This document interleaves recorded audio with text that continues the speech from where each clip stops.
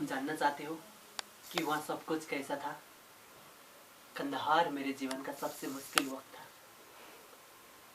कभी भी बम फटते थे, गोलियां चारों तरफ से चलती थी, रोते चिल्लाते लोग जिनकी हमें भाषा भी समझ में नहीं आती थी।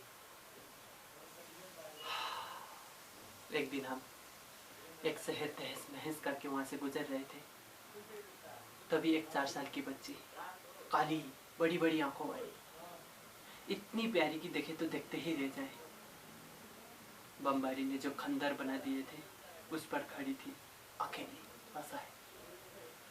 उसे समझ में नहीं आ रहा था कि करना क्या है, रोना है, भागना है, चीखना है या चिल्लाना है।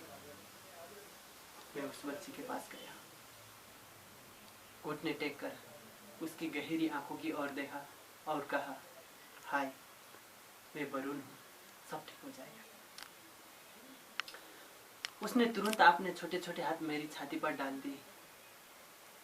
मैंने महसूस किया कि उसने अपने नन्हे हाथों से मुझे पकड़ने की पूरा कोशिश कर रही थी।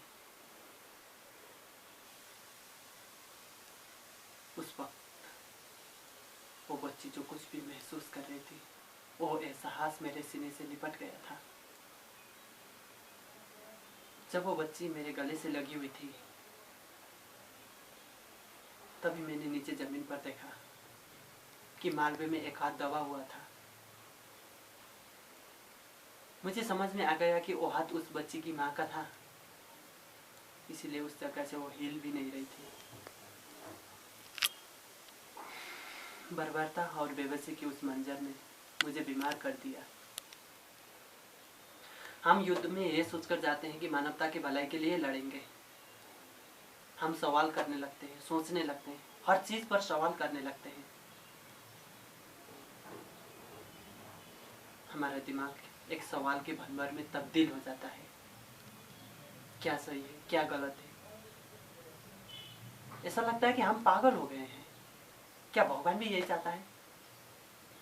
क्या भगवान है भी?